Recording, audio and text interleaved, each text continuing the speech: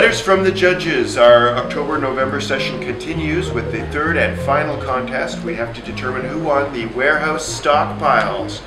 Now, warehouse stockpiles is our friends at SolarSoft. This was inventory management and production planning. This was a contest where we tried them to take something that's pretty ugly, a stockpile of goods, raw materials or finished goods, set out for either shipping or materials handling, and to try and make it artistic. So we got some very good responses, a lot better than the first contest we ran for SolarSoft, which only had 16 responses. I think we broke 32 or 34 submissions. So we have the top 10 in front of us, and we're going to find out who the judges picked. Christine? Sure. Judge number 1 chose number 4, Ready to Go. Runner-up, number 7, Lumber Stacks. Judge number 2 chose,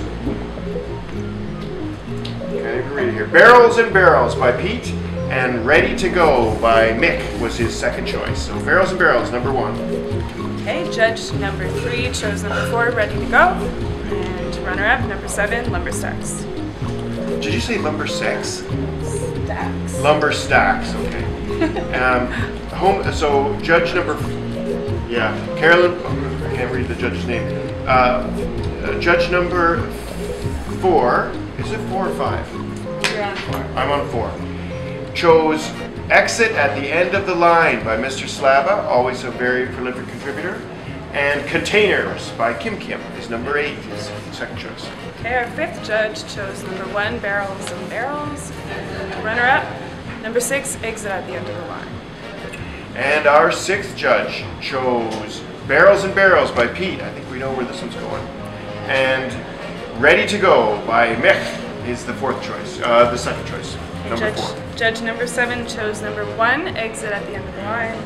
And runner-up, Barrels and Barrels by Pete. And finally, our celebrity judge, Matthew Rosenblatt, proprietor of the Pure Spirit Restaurant and the Oyster Bar, where we're going to have some oysters soon enough.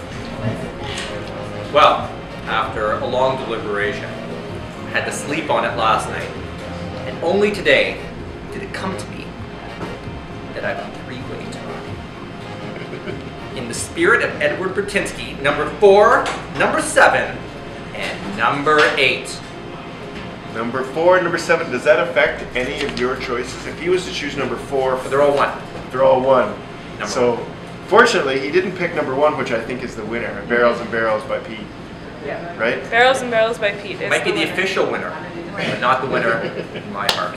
So, I want to thank you, Pete. I saw Barrels and Barrels before. You've submitted it to a contest before, which is totally, perfectly acceptable. And I thought it was a really perfect hit for this one. It was a perfect fit.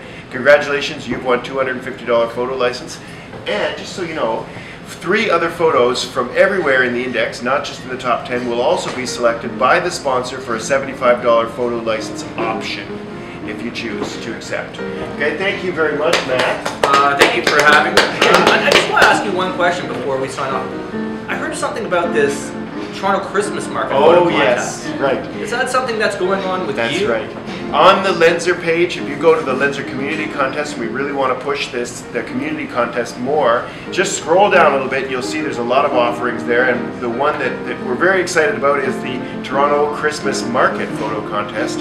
And our friend Matthew Rosenblatt here and the Distillery District is playing host to Toronto's Christmas Market, which is an exceptionally good time, great value, great bargains, and it's a really, it's a place to make memories. So can they be of any Christmas shot, or do they have to be just of shots at the distillery during the Toronto Christmas market? That's right.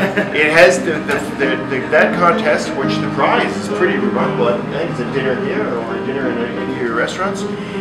It's definitely worth competing. You have to come down here and get a shot of the 2012 Christmas market here at 55 Mill Street. That would actually be next year's contest. So this year's contest. This is the 2011. You actually have to come down to 2011. Right. But for next year, we could use the same footage, and that would be correct for next year. That's right. Your pictures might be in the 2012 marketing. So, is there anything you want to say about the Christmas market? What's different this year? I'm not sure what there is to say about it. I mean, just like every other Christmas market, we have tons of carolers and choirs and Ferris wheels and carousels. All the distillery streets are going to be filled with people drinking mulled wine and beer, which is going to be incredible. There's little Christmas elves and characters running around the whole place. Last year we attracted about 120,000 people. This year we're expecting probably about 200,000 people between December 2nd and December 18th. And I think maybe for this particular crowd, what might be interesting is every Thursday night, Friday night, and Saturday night, we have free entertainment on stage, starting off with Stephen Page, but we have other people like Susan McNeil, Matt Dusk, great lineup of people. This is an incredible event for everyone in the family. Come during the day with your kids, come at night with your lover, and you really can't miss this. And if you want to rediscover the magic of Christmas, there's nowhere better to do it than the Toronto Christmas Market. We're here. I wouldn't add anything to that. It's perfect. Thank you very much. Thank you. Thank you very much for watching.